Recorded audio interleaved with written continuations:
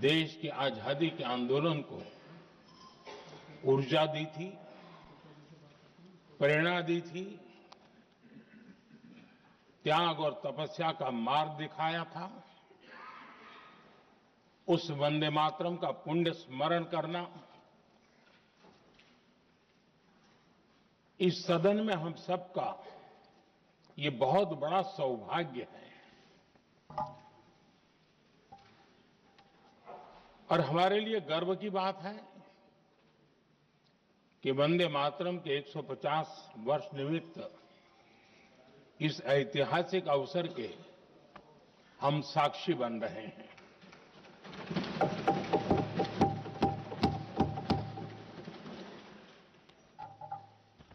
एक ऐसा कालखंड जो हमारे सामने इतिहास की अनगिनत घटनाओं को अपने सामने लेकर के आता है। ये चर्चा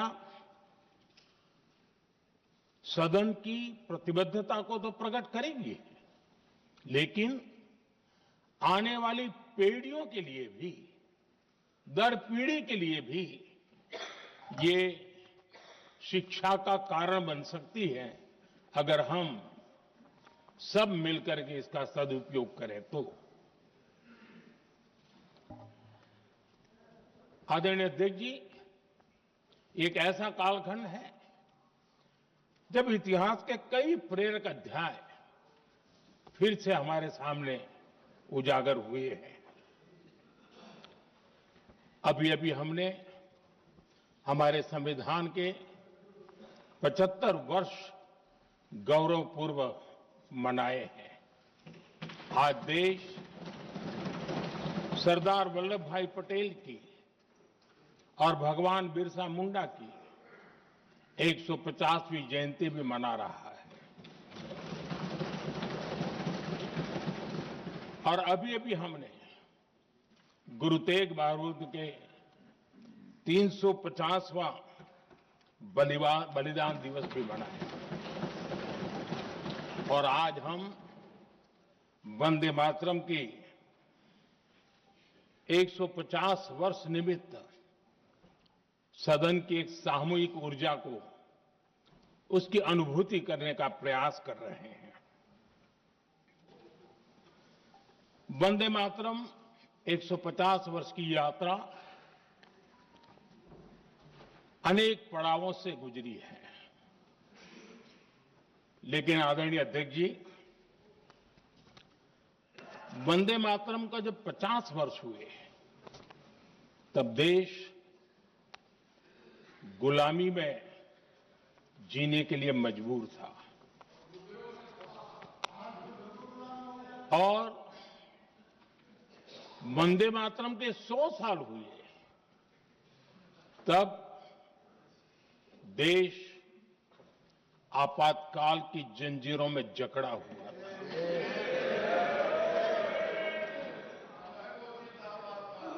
जब वंदे मातरम 100 साल के अत्यंत उत्तम पर्व था, तब भारत के संविधान का गला घोंट दिया गया था। जब वंदे मातरम 100 साल का हुआ, तब देशभक्ति के लिए जीने मरने वाले लोगों को जेल के सलाखों के पीछे बंद कर दिया गया था। जिस वंदे मातरम के गीत ने देश को आजादी की ऊर्जा दी थी, उसके जब 100 साल हुए तो दुर्भाग्य से एक काला कालखंड हमारे इतिहास में उजागर हो गया। हम लोकतंत्र के गिरोह में थे।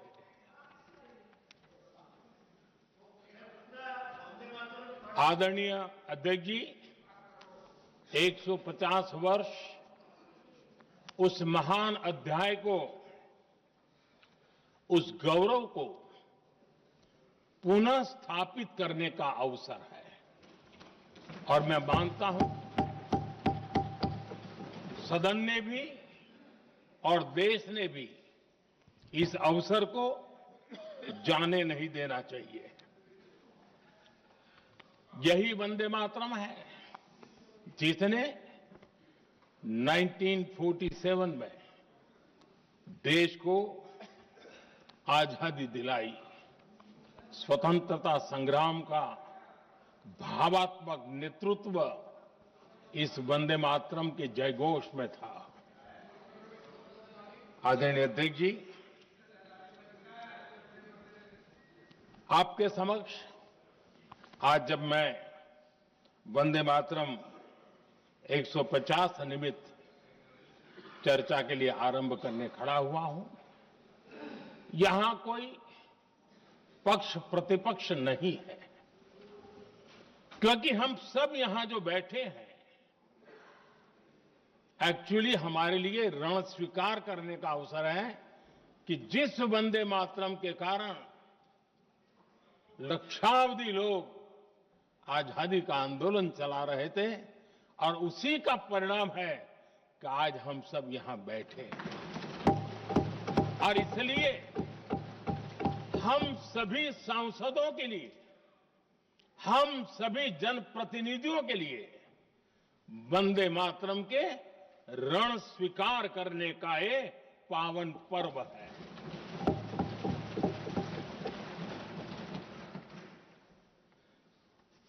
और इससे हम प्रेरणा लेकर के वंदे मातरम की जिस भावना ने देश की आजादी का जंग लड़ा, उत्तर दक्षिण पूर्व पश्चिम पूरा देश एक स्वर से वंदे मातरम बोल के आगे बढ़ा। फिर से एक बार अवसर है, आओ हम सब मिल के चले, देश को साथ लेके चले। आजादी के दीवानों ने जो सपने देखे थे उन सपनों को पूरा करने के लिए वंदे मातरम 150 हम सबकी प्रेरणा बने, हम सबकी ऊर्जा बने और देश आत्मनिर्भर बने। 2047 में विकसित भारत बना करके हम रहे, इस संकल्प को दोहराने के लिए ये वंदे मातरम हमारे लिए एक बहुत बड़ा अवसर है। आदरणीय अध्यक्ष जी, दादा तबीयत तो ठीक है ना? नहीं, कभी कभी इस उम्र में हो जाता है। आदरणीय अध्यक्ष जी, वंदे मातरम की इस यात्रा की शुरुआत बंकिम चंद्र जी ने 1875 में की थी और गीत ऐसे समय लिखा गया था जब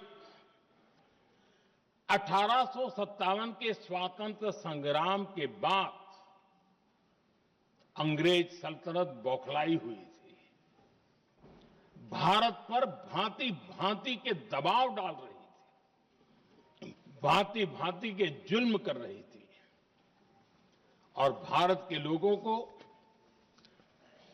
मजबूर किया जा रहा था अंग्रेजों के द्वारा। और उस समय उनका जो राष्ट्रीय गीत था, गॉड सेव द क्वीन, इसको भारत में घर घर पहुंचाने का एक षड्यंत्र चल रहा था। ऐसे समय बंकिम दा ने चुनौती दी और ईंट का जवाब पत्थर से दिया और उसमें से वंदे मातरम का जन्म हुआ।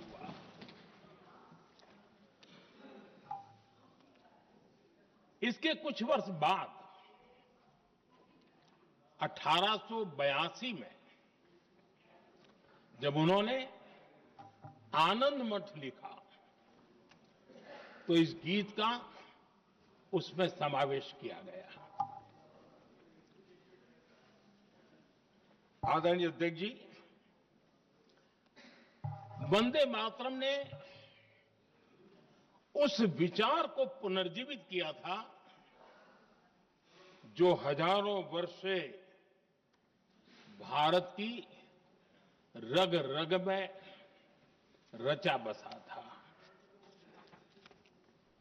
उसी भाव को, उसी संस्कारों को, उसी संस्कृति को, उसी परंपरा को उन्होंने बहुत ही उत्तम शब्दों में, उत्तम भाव के साथ वंदे मातरम के रूप में हम सबको बहुत बड़ी सौगात दी थी। वंदे मातरम ये सिर्फ केवल राजनीतिक आजादी की लड़ाई का मंत्र नहीं था। सिर्फ हम अंग्रेज जाए और हम खड़े हो जाए, अपने राह पर चले, इतने मात्र तक वंदे मातरम प्रेरित नहीं करता था, उससे कहीं आगे था। आजादी की लड़ाई इस मातृभूमि को मुक्त कराने का भी जंग था। अपनी मां भारती को उन बेड़ियों से मुक्ति दिलाने का एक पवित्र जंग था। और वंदे मातरम की पृष्ठभूमि हम देखें, उसके संस्कार सरिता देखें, तो हमारे यहां वेद काल से एक बात बार बार हमारे सामने आई है। जब वंदे मातरम कहते हैं तो वही वेद काल की बात हमें याद आती है।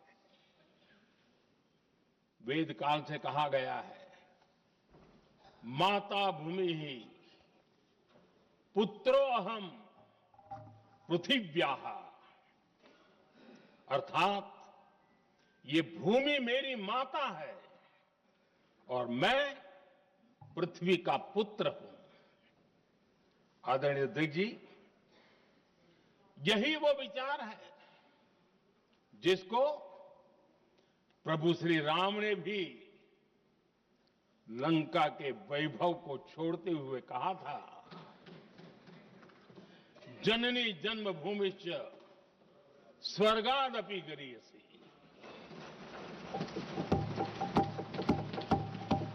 वंदे मातरम यही महान सांस्कृतिक परंपरा का एक आधुनिक अवतार है। आदरणीय अध्यक्ष जी, बंकिम दा ने जब वंदे मातरम की रचना की तो स्वाभाविक ही वो स्वतंत्रता आंदोलन का स्वर बन गया। पूरब से पश्चिम, उत्तर से दक्षिण, वंदे मातरम हर भारतीय का संकल्प बन गया। इसलिए वंदे मातरम की स्तुति में लिखा गया था,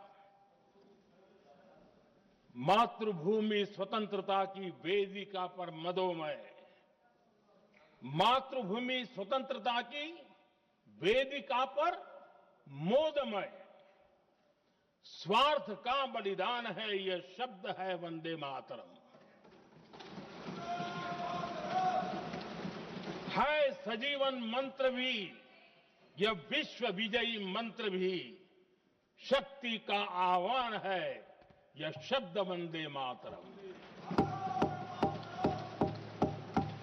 उष्ण शोणित से लिखो, वक्ष स्थली को चीर कर, वीर का अभिमान है यह शब्द वंदे मातरम। आदरणीय अध्यक्ष जी, कुछ दिन पूर्व जब वंदे मातरम 150 का आरंभ हो रहा था तो मैंने उस आयोजन में कहा था,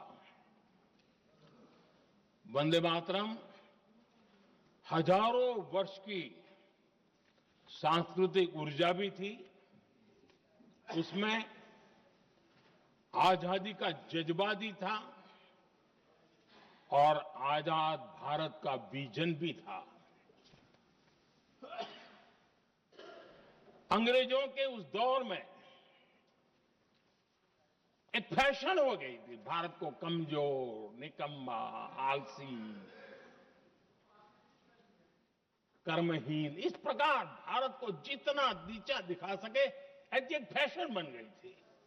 और उसमें हमारे यहां भी जिन्होंने तैयार किए थे वो लोग भी वही भाषा बोलते थे। तब बंकिम दा ने उस हीन भावना को भी झकझोरने के लिए और सामर्थ्य का परिचय कराने के लिए वंदे मातरम के भारत के सामर्थ्यशाली स्वरूप को प्रकट करते हुए आपने लिखा था, तम ही दुर्गा दश प्रहरण धारिणी कमला कमल दल विहारिणी वाणी विद्या दायिनी नमामि त्वाम नमामि कमलाम अमलाम अतुलाम सुजलाम सुफलाम मातरम वंदे मातरम। अर्थात भारत माता ज्ञान और समृद्धि की देवी भी है और दुश्मनों के सामने अस्त्र शस्त्र धारण करने वाली चंडी भी है। अध्यक्ष जी, ये शब्द, ये भाव, ये प्रेरणा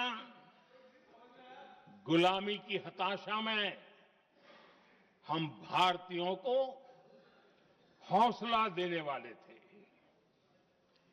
इन वाक्यों ने तब करोड़ों देशवासियों को यह एहसास कराया कि लड़ाई किसी जमीन के टुकड़े के लिए नहीं है।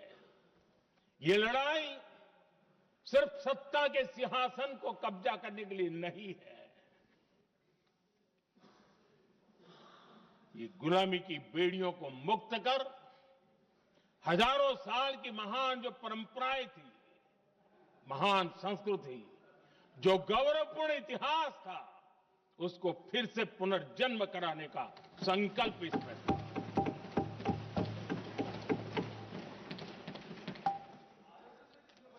आदरणीय अध्यक्ष जी,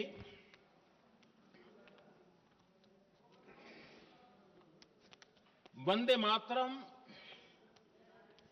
इसका जो जन जन से जुड़ाव था, ये हमारे स्वतंत्र संग्राम की एक लंबी गाथा अभिव्यक्त होती है। आदरणीय अध्यक्ष जी, जब भी जैसे किसी नदी की चर्चा होती है, चाहे सिंधु हो, सरस्वती हो, कावेरी हो, गोदावरी हो, गंगा हो, यमुना हो, उस नदी के साथ एक सांस्कृतिक धारा प्रवाह, एक विकास यात्रा का धारा प्रवाह, एक जन जीवन की यात्रा का प्रवाह उसके साथ जुड़ता है। लेकिन क्या कभी किसी ने सोचा है कि आजादी जंग के हर पड़ाव, वो पूरी यात्रा वंदे मातरम की भावनाओं से गुजरता था, उसके तट पर पल्लवित होता था। ऐसा भाव काव्य शायद दुनिया में कहीं उपलब्ध नहीं होगा। आदरणीय अध्यक्ष जी,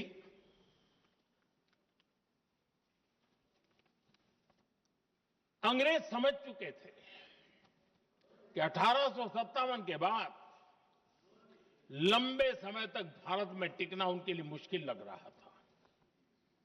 और जिस प्रकार से वो अपने सपने लेकर के आए थे, तब उनको लगा कि जब तक भारत को बांटेंगे नहीं, जब तक भारत को टुकड़ों में नहीं बांटेंगे, भारत में ही लोगों को एक दूसरे से लड़ाएंगे नहीं, तब तक यहां राज करना मुश्किल है। और अंग्रेजों ने बांटो और राज करो इस रास्ते को चुना और उन्होंने बंगाल को इसकी प्रयोगशाला बनाया, क्योंकि अंग्रेज भी जानते थे वो एक वक्त था जब बंगाल का बौद्धिक सामर्थ्य देश को दिशा देता था, देश को ताकत देता था, देश को प्रेरणा देता था। और इसलिए अंग्रेज भी चाहते थे कि बंगाल का ये जो सामर्थ्य है वो पूरे देश की शक्ति का एक प्रकार से केंद्र बिंदु है। और इसलिए अंग्रेजों ने सबसे पहले बंगाल के टुकड़े करने की दिशा में काम किया और अंग्रेजों का मानना था कि एक बार बंगाल टूट गया तो ये देश भी टूट जाएगा और वो यावत चंद्र दिवाकरो राज करते रहेंगे, ये इनकी सोच थी। 1905 में अंग्रेजों ने बंगाल का विभाजन किया, लेकिन जब अंग्रेजों ने 1905 में ये पाप किया तो वंदे मातरम चट्टान की तरह खड़ा रहा। बंगाल की एकता के लिए वंदे मातरम गली गली का नाद बन गया था और वही नारा प्रेरणा देता था। अंग्रेजों ने बंगाल विभाजन के साथ ही भारत को कमजोर करने के बीच और अधिक बोने की दिशा पकड़ ली थी, लेकिन वंदे मातरम एक स्वर एक सूत्र के रूप में अंग्रेजों के लिए चुनौती बनता गया और देश के लिए चट्टान बनता गया। आदरणीय अध्यक्ष जी, बंगाल का विभाजन तो हुआ, लेकिन एक बहुत बड़ा स्वदेशी आंदोलन खड़ा हुआ और तब वंदे मातरम हर तरफ गूंज रहा था। अंग्रेज समझ गए थे कि बंगाल की धरती से निकला बंकिम दा का ये भाव सूत्र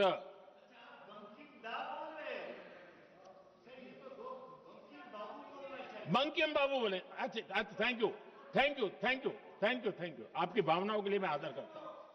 बंकिम बाबू ने थैंक यू दादा, थैंक यू। हाँ, आपको तो दादा कह सकता हूं ना,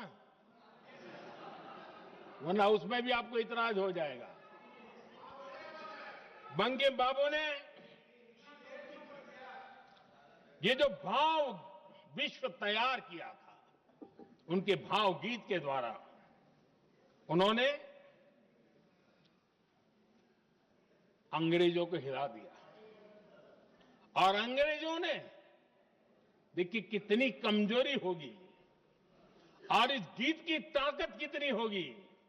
अंग्रेजों ने उसको कानूनी रूप से प्रतिबंध लगाने के लिए मजबूर होना पड़ा था। गाने पर सजा, छापने पर सजा, इतना ही नहीं, वंदे मातरम शब्द बोलने पर भी सजा। इतने कठोर कानून लागू कर दिए गए थे। हमारे देश की आजादी के आंदोलन में सैकड़ों महिलाओं ने नेतृत्व किया, लक्षावधि महिलाओं ने योगदान दिया। एक घटना का मैं जिक्र करना चाहता हूं।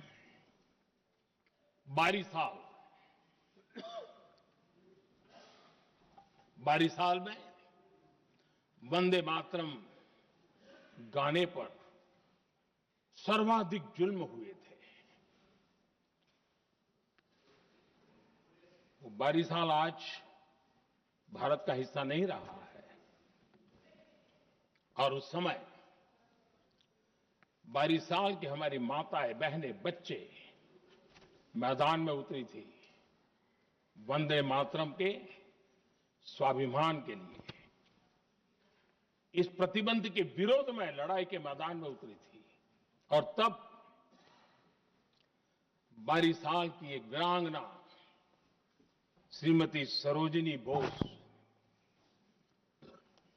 जिन्होंने उस जमाने में वहां की भावना को देखिए, और उन्होंने कहा था कि वंदे मातरम जो प्रतिबंध लगा है, जब तक ये प्रतिबंध नहीं हटता है, मैं अपनी चूड़ियां जो पहनती हूं निकाल दूंगी। भारत में वो एक जमाना था, चूड़ी निकालना यानी महिला के जीवन की बहुत बड़ी घटना हुआ करती। लेकिन उनके लिए वंदे मातरम की वो भावना थी, उन्होंने अपनी सोने की चूड़ियां, जब तक वंदे मातरम प्रतिबंध नहीं हटेगा मैं दोबारा नहीं धारण करूंगी, ऐसा बड़ा व्रत ले लिया था। हमारे देश के बालक भी पीछे नहीं रहे थे। उनको कोड़े की सजा होती थी, छोटी छोटी उम्र में उनको जेल में बंद कर दिया जाता। और उन दिनों खास करके बंगाल की गलियों में लगातार वंदे मातरम के लिए प्रभात फेरियां निकलती थी। अंग्रेजों के नाक को दम कर दिया था। और उस समय एक गीत गूंजता था बंगाल में, जाए जावे जीवोनो चोले, जाए जावे जीवोनो चोले, जोगो तो माजे तोमार काजे, वंदे मातरम बोले। अर्थात हे मां, संसार में तुम्हारा काम करते और वंदे मातरम कहते जीवन भी चला जाए तो वो जीवन भी धन्य है, ये बंगाल की गलियों में बच्चे कह रहे हैं। ये गीत उन बच्चों की हिम्मत का स्वर था, और उन बच्चों की हिम्मत ने देश को हिम्मत दी थी। बंगाल की गलियों से निकली आवाज देश की आवाज बन गई थी।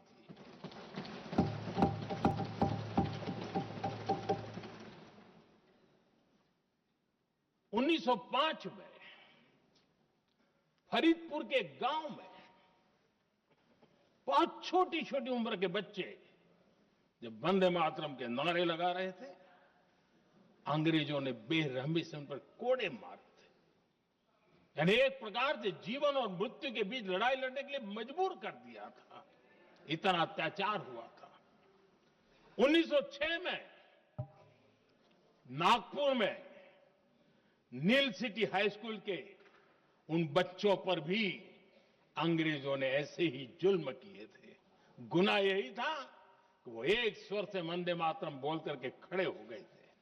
उन्हें वंदे मातरम के लिए मंत्र का महात्म्य अपनी ताकत से सिद्ध करने का प्रयास किया था। हमारे जांबाज सपूत बिना किसी डर के फांसी के तख्त पर चढ़ते थे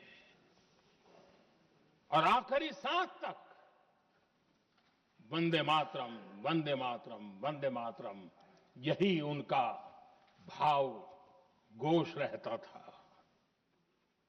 खुदीराम बोस, मदनलाल ढींगरा, राम प्रसाद बिस्मल, अशफाक उल्ला खान, रोशन सिंह, राजेंद्र नाथ लाहिड़ी, रामकृष्ण बिस्वास, अनगिनत जिन्होंने वंदे मातरम कहते कहते फांसी के फंदे को अपने गले पर लगाया था। लेकिन देखिए, ये अलग अलग जेलों में होता था, अलग अलग इलाकों में होता था। प्रक्रिया करने वाले चेहरे अलग थे, लोग अलग थे। जिन पर जुल्म हो रहा था उनकी भाषा भी अलग थी। लेकिन एक भारत श्रेष्ठ भारत, इन सब का मंत्र एक ही था, वंदे मातरम।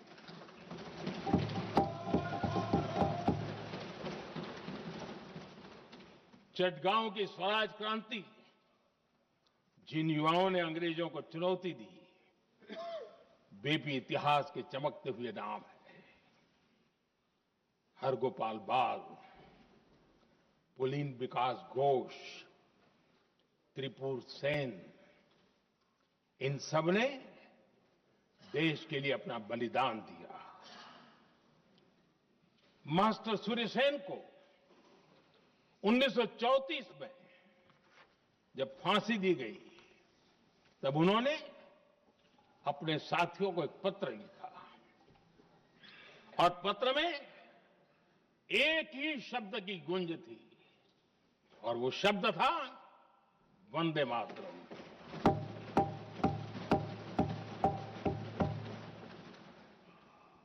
आदरणीय अध्यक्ष जी, हम देशवासियों को गर्व होना चाहिए।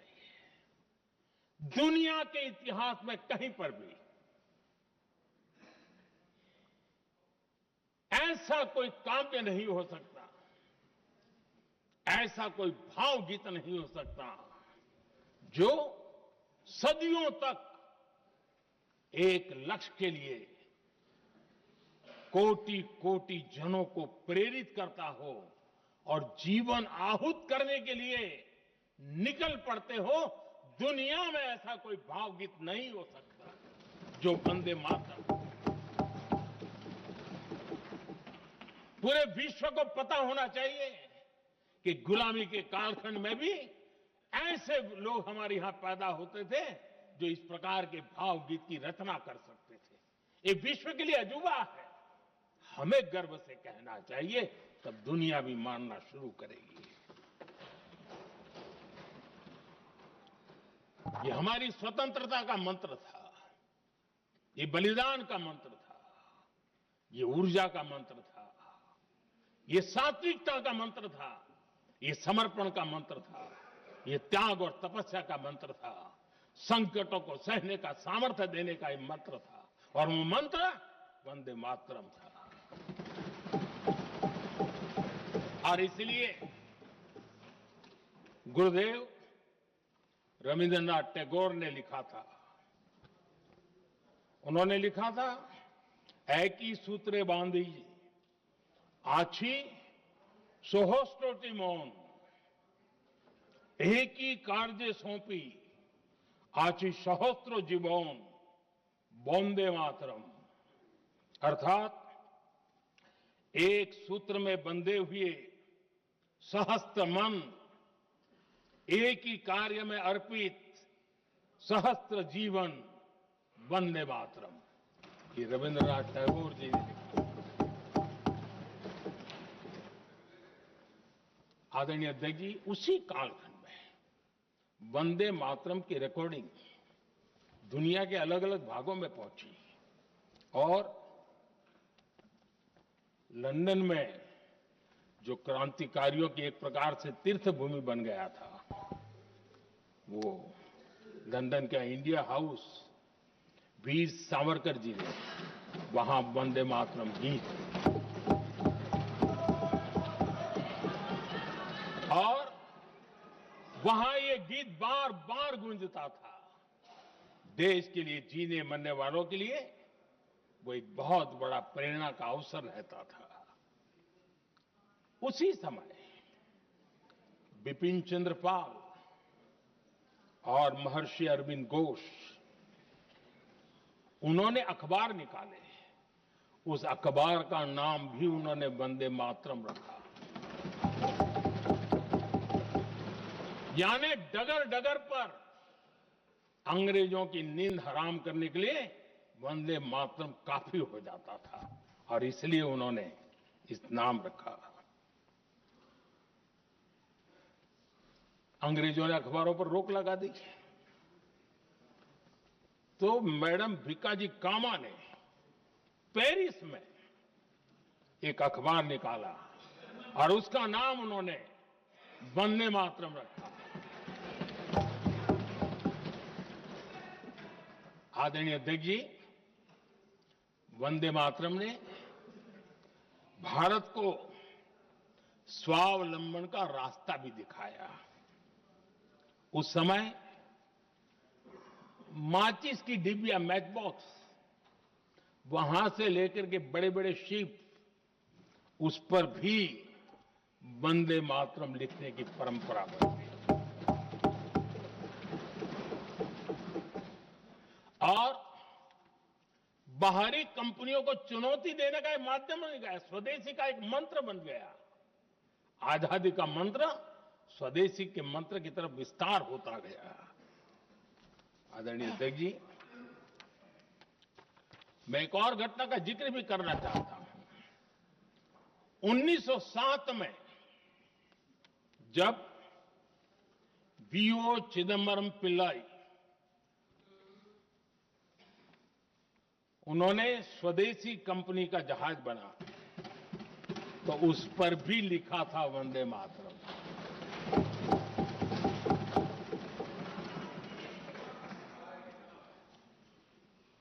राष्ट्रकवि सुब्रमण्य भारती ने वंदे मातरम को तमिल में अनुवाद किया, स्तुति गीत लिखे। उनके कई तमिल देशभक्ति गीतों में वंदे मातरम की श्रद्धा साफ साफ नजर आती है। शायद सभी लोगों को, हो सकता है तमिलनाडु के लोगों को पता हो, लेकिन सभी लोगों को यह बात का पता न हो कि भारत का ध्वज गीत वी सुब्रमण्यम भारती ने ही लिखा था। उस ध्वज गीत का वर्णन, जिस पर वंदे मातरम लिखा हुआ था, तमिल में इस ध्वज गीत का शीर्षक था ताइन माणी कोडी पारिल, तालंदु पणिंदु पुलहिंद्रु वारिल।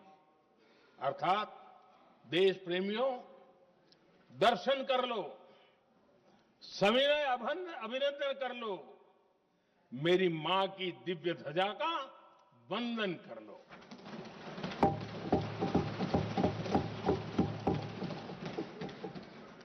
आदरणीय अध्यक्ष महोदय, मैं आज इस सदन में वंदे मातरम पर महात्मा गांधी की भावनाएं क्या थी, वो भी रखना चाहता हूं।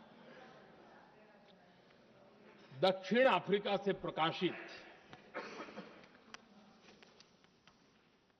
एक साप्ताहिक पत्रिका निकलती थी, इंडियन ओपिनियन, और इस इंडियन ओपिनियन में महात्मा गांधी ने 2 दिसंबर 1905 जो लिखा था, उसको मैं कोट कर रहा हूं। उन्होंने लिखा था, महात्मा गांधी ने लिखा था, गीत वंदे मातरम जिसे बंकिम चंद्र ने रचा है, पूरे बंगाल में अत्यंत लोकप्रिय हो गया है।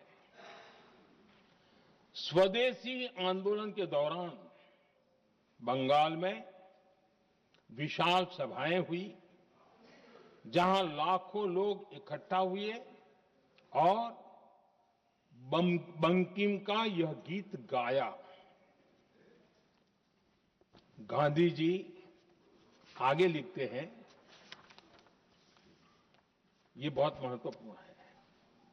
वो लिखते हैं, ये 1905 की बात है।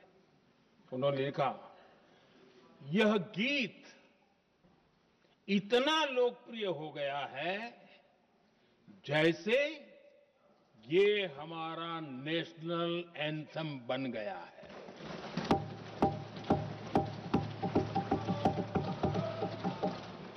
इसकी भावनाएं महान है और यह अन्य राष्ट्रों के गीतों से अधिक मधुर है।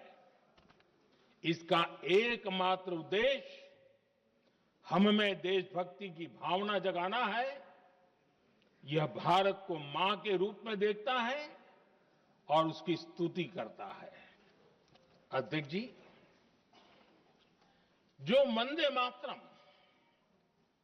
1905 में महात्मा गांधी को नेशनल एंथम के रूप में दिखता था। देश के हर कोने में, हर व्यक्ति के जीवन में जो भी देश के लिए जीता जानता, देश के लिए जागता था, उन सब के लिए वंदे मातरम की ताकत बहुत बड़ी थी। वंदे मातरम इतना महान था, जिसकी भावना इतनी महान थी, तो फिर पिछली सदी में इसके साथ इतना बड़ा अन्याय क्यों हुआ?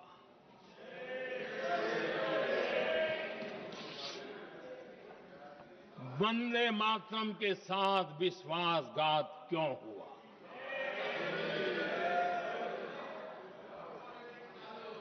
ये अन्याय क्यों हुआ? वो कौन सी ताकत थी जिसकी इच्छा खुद पूज्य बापू की भावनाओं पर भी भारी पड़ गई, जिसने वंदे मातरम जैसी पवित्र भावना को भी विवादों में घसीट दिया? मैं समझता हूं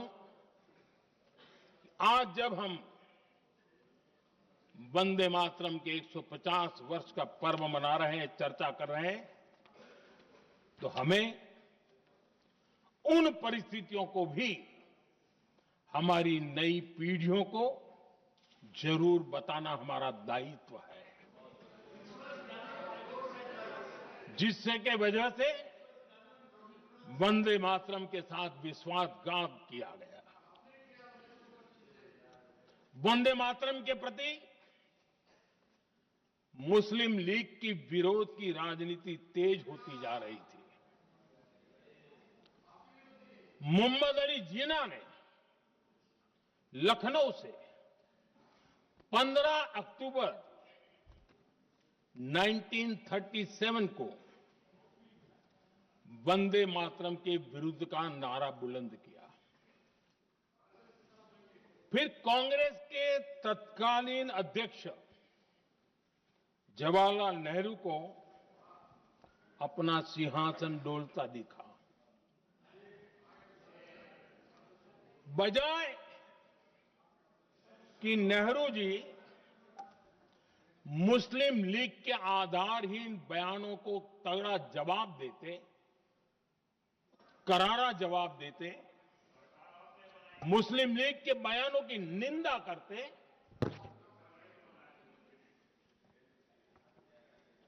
और वंदे मातरम के प्रति खुद की भी और कांग्रेस पार्टी की भी निष्ठा को प्रकट करते हैं। लेकिन उल्टा हुआ। वो ऐसा क्यों कर रहे, वो तो पूछा ही नहीं, न जाना। लेकिन उन्होंने वंदे मातरम की ही पड़ताल शुरू कर दी। जिन्ना के विरोध के 5 दिन बाद ही 20 अक्टूबर को नेहरू जी ने नेताजी सुभाष बाबू को चिट्ठी लिखी। उस चिट्ठी में जिन्ना की भावना से नेहरू जी अपनी सहमति जताते हुए कि वंदे मातरम की, ये जो उन्होंने सुभाष बाबू को लिखा है, वंदे मातरम की आनंद मठ वाली पृष्ठभूमि मुसलमानों को इरिटेट कर सकती है। मैं नेहरू जी का कोट पढ़ता हूं। नेहरू जी कहते हैं, मैंने वंदे मातरम गीत का बैकग्राउंड पढ़ा है। नेहरू जी फिर लिखते हैं, मुझे लगता है कि ये जो बैकग्राउंड है, इससे मुस्लिम भड़केंगे। साथियों, इसके बाद कांग्रेस की तरफ से बयान आया कि 26 अक्टूबर से कांग्रेस कार्य समिति की एक बैठक कोलकाता में होगी। जिसमें वंदे मातरम के उपयोग की समीक्षा की जाएगी। बंकिम बाबू का बंगाल, बंकिम बाबू का कोलकाता, और उसको चुना गया और वहां पर समीक्षा करना तय किया। पूरा देश हतप्रभ था, पूरा देश हैरान था। पूरे देश में देशभक्तों ने इस प्रस्ताव के विरोध में देश के कोने कोने में प्रभात फेरियां निकाली, वंदे मातरम गीत गाया। लेकिन देश का दुर्भाग्य कि 26 अक्टूबर को कांग्रेस ने वंदे मातरम पर समझौता कर लिया।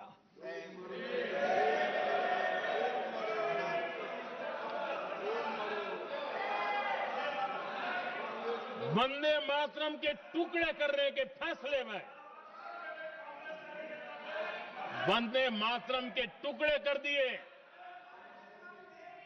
उस फैसले के पीछे नकाब ये पहना गया, चोला ये पहना गया।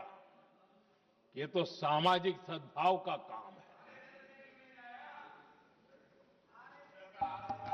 लेकिन इतिहास इस बात का गवाह है कि कांग्रेस ने मुस्लिम लीग के सामने घुटने टेक दिए और मुस्लिम लीग के दबाव में किया। और कांग्रेस का ये तुष्टीकरण की राजनीति को साधने का एक तरीका था। आदरणीय अध्यक्ष जी, तुष्टीकरण की राजनीति के दबाव में कांग्रेस वंदे मातरम के बंटवारे के लिए झुकी। इसलिए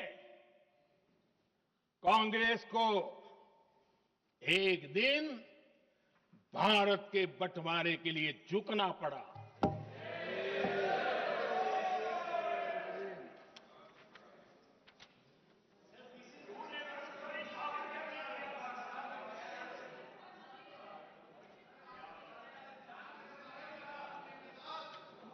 मुझे लगता है कांग्रेस ने आउटसोर्स कर दिया है।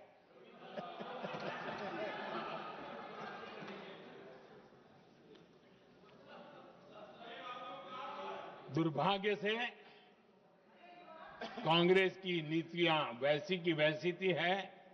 और इतना ही नहीं, आईएनसी चलते चलते एमएमसी हो गया है।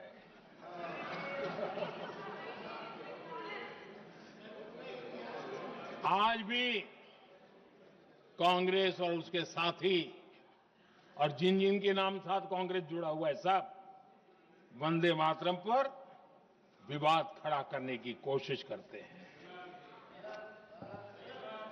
आदरणीय अध्यक्ष महोदय, किसी भी राष्ट्र का चरित्र, उसकी जीवटता, उसके अच्छे कालखंड से ज्यादा जब चुनौतियों का कालखंड होता है, जब संकटों का कालखंड होता है, तब प्रकट होती है, उजागर होती है और सत्य अर्थ में कसौटी से कसी जाती है। जब कसौटी का काल आता है, तब ही ये सिद्ध होता है कि हम कितने दृढ़ हैं, कितने सशक्त हैं, कितने सामर्थ्यवान हैं। 1947 में देश आजाद होने के बाद देश की चुनौतियां बदली, देश की प्राथमिकताएं बदली, लेकिन देश का चरित्र, देश की जीवटता वही रही, वही प्रेरणा मिलती रही। भारत पर जब जब संकट आए, देश हर बार वंदे मातरम की भावना के साथ आगे बढ़ा।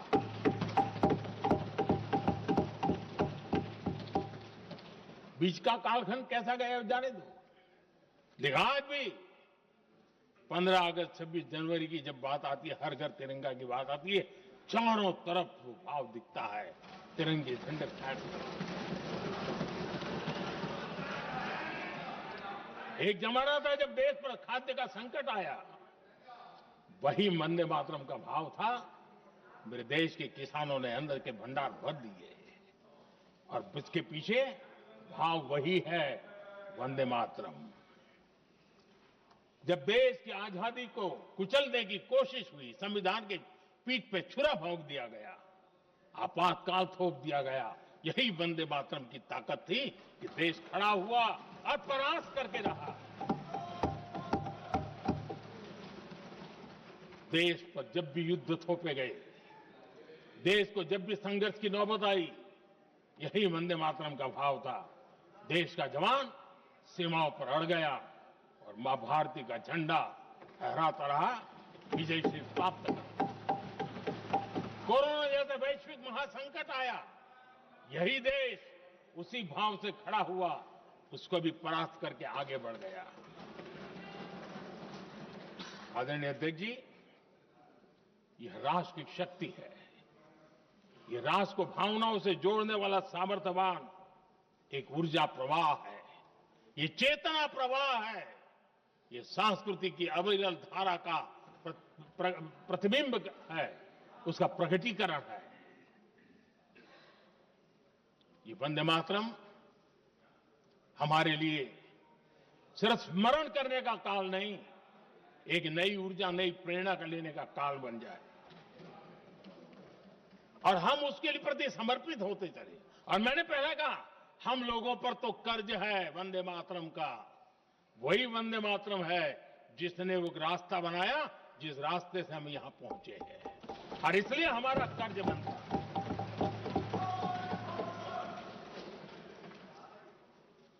भारत हर चुनौतियों को पार करने में सामर्थ्य है।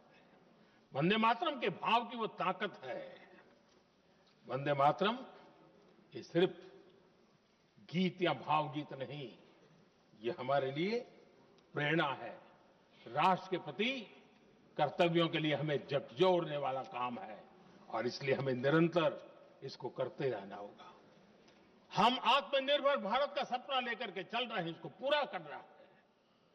वंदे मातरम हमारी प्रेरणा है। हम स्वदेशी आंदोलन को ताकत देना चाहते हैं। समय बदला होगा, रूप बदले होंगे, लेकिन पूज्य गांधी ने जो भाव व्यक्त किया था, उस भाव की ताकत आज भी मौजूद है और वंदे मातरम हमें जोड़ता है। देश के महापुरुषों का सपना था स्वतंत्र भारत का। देश की आज की पीढ़ी का सपना है समृद्ध भारत का। आजाद भारत का सपने को सिंचा था वंदे भारत की भावना है, वंदे मातरम की भावना ने। समृद्ध भारत के सपने को सींचेगा वंदे मातरम की भावना। उसी भावना को लेकर के हमें आगे चलना है और हमें आत्मनिर्भर भारत बनाना। 2047 में देश विकसित भारत बन के रहे। अगर आजादी के 50 साल पहले कोई आजाद भारत का सपना देख सकता था, तो 25 साल पहले हम भी तो समृद्ध भारत का सपना देख सकते हैं, विकसित भारत का सपना देख सकते हैं और इस सपने के लिए अपने आप को खपा भी सकते हैं। इसी मंत्र, इसी संकल्प के साथ वंदे मातरम हमें प्रेरणा देता रहे।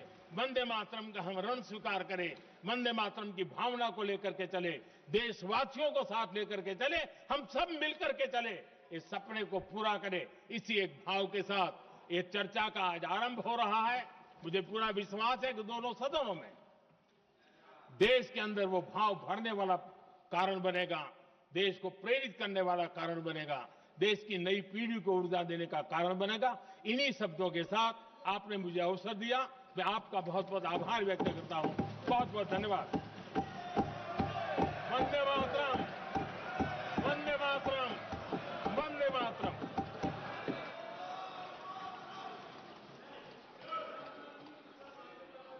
श्री गौरव गोगोई।